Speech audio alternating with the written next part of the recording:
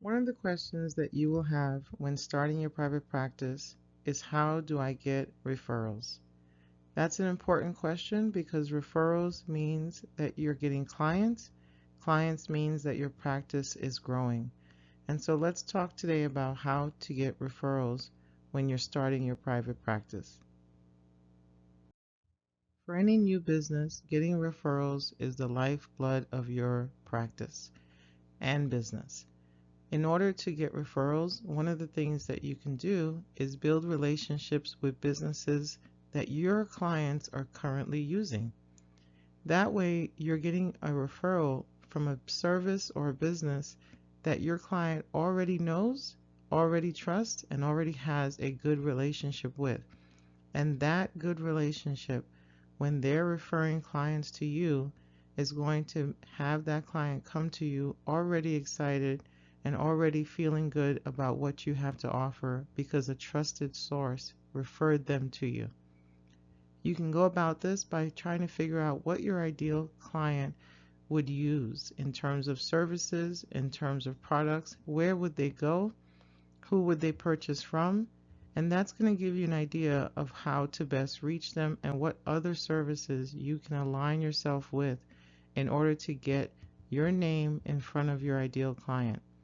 So consider any businesses that you could support in providing therapy services to their clients.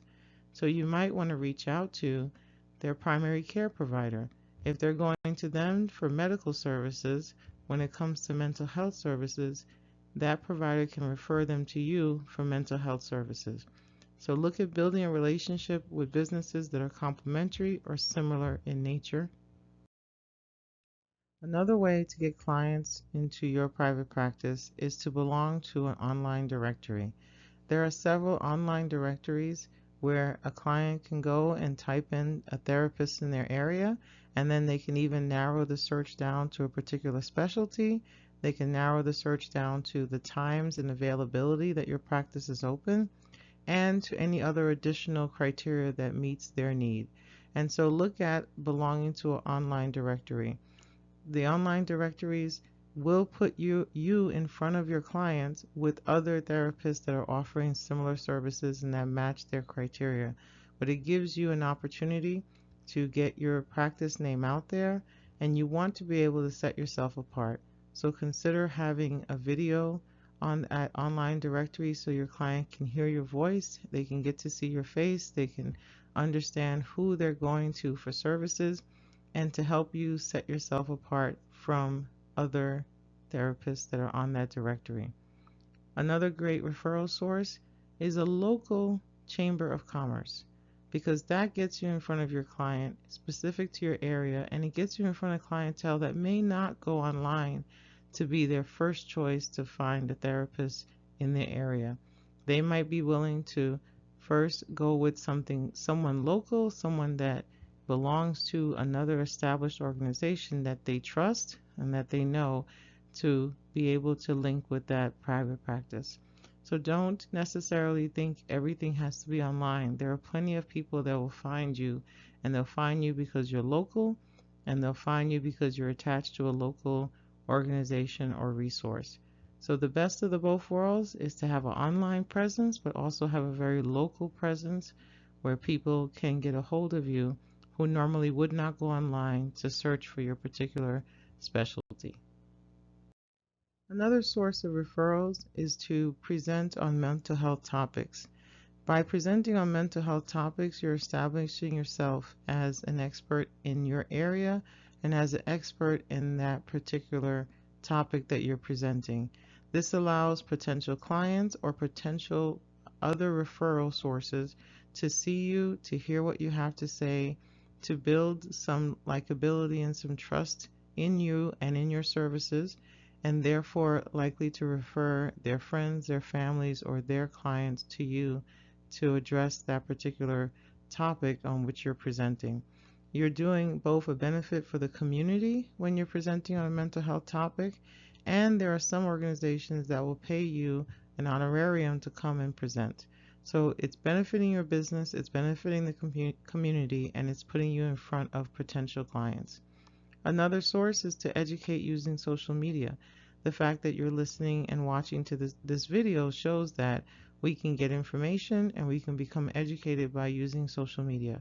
You can use social media to help you get in front of potential clients and to get referrals, and also to build the relationship prior to that very first phone call that your client would make to your private practice. So don't forget to present, educate, use media to benefit you, but also to benefit potential clients in that they're getting something and they're also getting to know you prior to making that first phone call or coming into your office for the first time. Another type of referral, besides using social media to educate, is using social media to advertise. Social media tends to be a low-cost advertising medium if you want to build a commercial for your business and have it sent out via the different social media platforms. But as I said before, don't neglect local print media because you're focused only on advertising through social media. Local print media still has the advantage of being able to get in front of customers who don't normally search or go online as their first mode of finding a service or finding a provider. So using the best of both worlds, advertising on social media and making an advertising budget for your private practice is the beginning, but also looking at what local print media could you advertise or what local event could your practice sponsor so that your name gets out there as someone who supports the community, but also a service that's in the community for those residents. So look at having dual forms of advertising.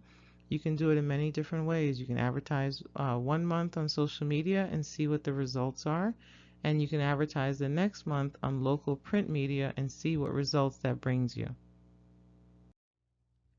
So when you think about where do I find my referrals, there are many different options for getting customers to know who you are, to know about your service, and to engage in your services. You can do that both online, offline. You can do that locally. You can do that statewide. You can also do it nationally. And these referrals can come from other providers. They can come from other sources where people are getting their health care, or other clinicians who don't particularly work in an area that you work in, and so therefore they're referring clients to you. And of course, you have your online directories, your Chamber of Commerce's, you have local organizations that you can help by presenting on a topic, and then you have the true and tried way of just advertising, whether it's through social media or local media, but advertising and getting yourself out there, getting your private practice in front of potential clients. Whichever medium you choose, or however many you choose, the most important is to get out there, start practicing, get in front of your clients, serve, help, and grow. Thank you for joining me. This is Gessy Martinez, helping you to grow your private practice.